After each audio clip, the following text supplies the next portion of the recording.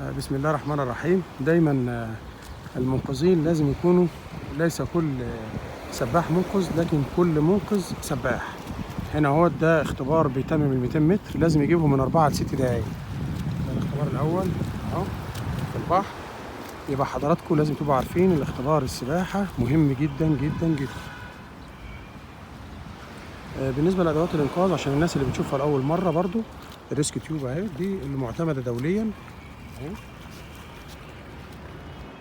وطبعا في اداه تانية عندنا اسمها الدميه، ده الفيكتيم او الضحيه بتبقى تحت في الميه، عشان الرؤيه في الميناء الشرقي بتبقى مثلا ضعيفه، ففي شمندوره اهي، دي حضراتكم بتبقى باينه يعني بعض الشيء، وينزل اللايف جارد يجيبها ويطلع بيها.